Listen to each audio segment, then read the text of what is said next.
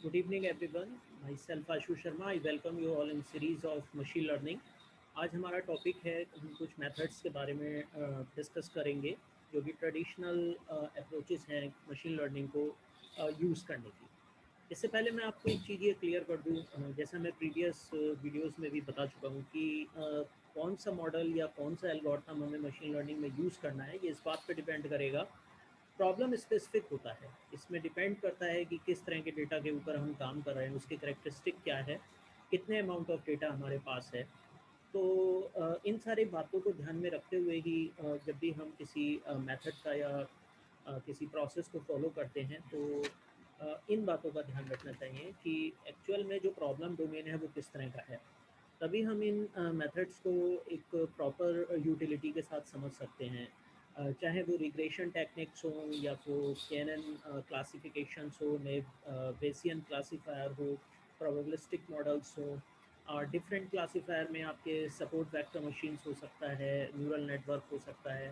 But कौन सा model या कौन सा क्लासीफायर किस जगह पर यूज़ करना है, इसके लिए इम्पोर्टेंट होता है कि प्रॉब्लम स्पेसिफिक होना चाहिए और जो आपका डोमेन है, प्रॉब्लम डोमेन, उसमें आप किस तरह के डेटा के ऊपर काम कर रहे हैं। तो यहाँ पे सबसे पहले जो इम्पोर्टेंट आता है उसमें लीनियर रिग्रेशन है। तो जैसा आप सभी लोग जानते हैं, लीनियर रिग्रेशन में हमारे पास में y equals to x, suppose एक लीनियर इक्वेशन होती है और उसमें डिपेंडेंट और इंडिपेंडेंट वेरिएबल्स होते हैं।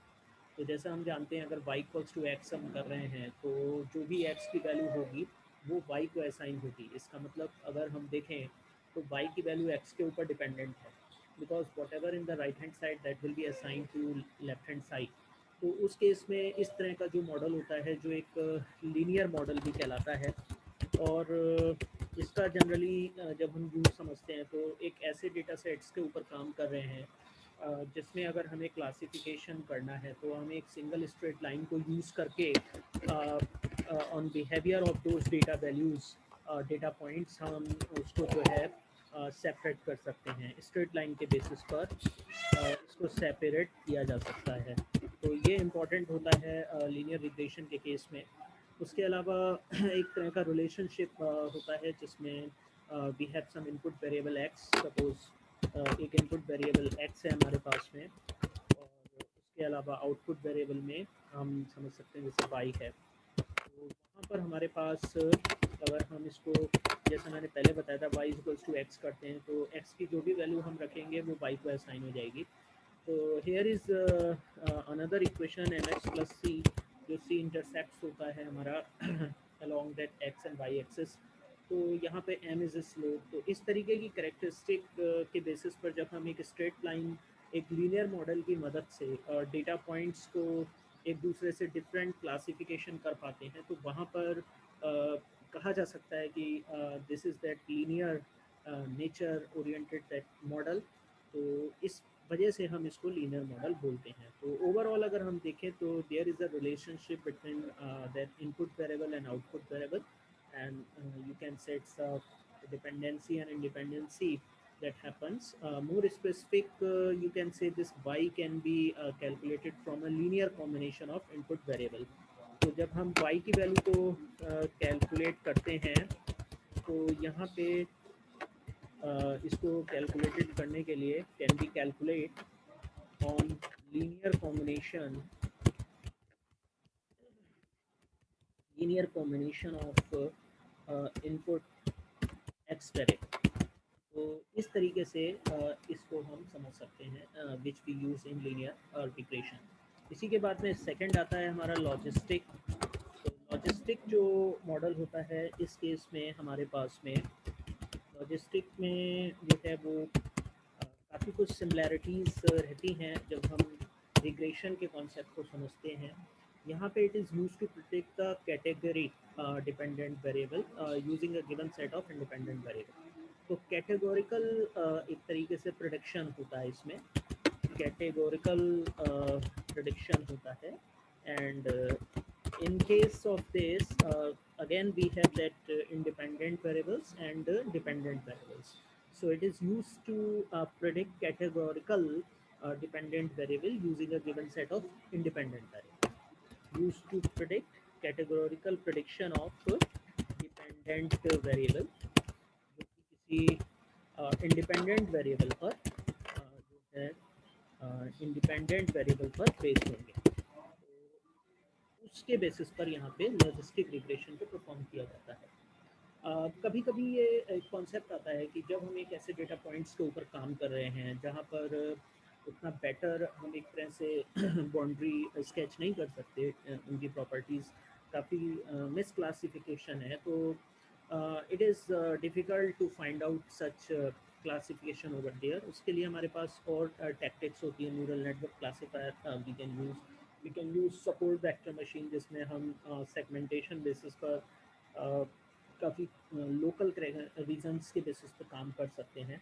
उसके अलावा हमारे पास में जैसे हिस्टोग्राम ओरिएंटेड ग्रेडियंट आता है, तो उसमें हमारे पास में बहुत सारे एक HOG करके हिस्टोग्राम ओरिएंटेड ग्रेडियंट, इसके अंदर हमारे पास तीन तरह के रहते हैं, एक तरह से टेक्निक्स होती हैं हिस्टोग्राम ओरिएंटेड ग्रेडियंट। तो उसमें हमारे पास में एक तो होता है ह्यू मूवमेंट, तो इसके बेसिस पर ये जनरली ग्रे स्केल इमेजेस के ऊपर काम करता है, तो सिंगल चैनल के ऊपर काम करता है, तो वहाँ पर हमारे पास RGB टू HSP कन्वर्जन करना होता है, और ये सिंगल चैनल के ऊपर काम करता है। उसके अलावा हमारे पास में एक होता है जो कलर मॉडल्स होते हैं, तो हिस्टोग्राम कलर हिस्टोग्राम, जो कि कलर की प्रेजेंस बताता है डिफरेंट बिन्स में, फ्रिक्वेंसी को रिप्रेजेंट करता है एक तरह से नंबर ऑफ बिन्स में पर पिक्सल, जो कलर की एक तरह से जो फ्रिक्वेंसी है उसको यहाँ पे हम इसकी मदद से रिप्रेजेंट करते हैं। और एक हमारा टेक्सचर के ऊपर काम करता है, वहाँ पे टेक्सचर में हम जैसे कि ट्रांसफॉर्मेशन ले लेते हैं, फोरियर ट्रांसफॉर्म भी यूज़ कर लेते हैं, और यहाँ पे जब हम बात करते हैं तो गैबर और जो फोरियर ट्रांसफॉर्मेशंस होते हैं, गैबर फिल्टर्स होते हैं जो शेप एनालिसिस के ऊपर काम करते हैं, तो उसकी मदद से sometimes we have to use that for the purpose of HOG, histogram oriented gradient, for the purpose of that classification.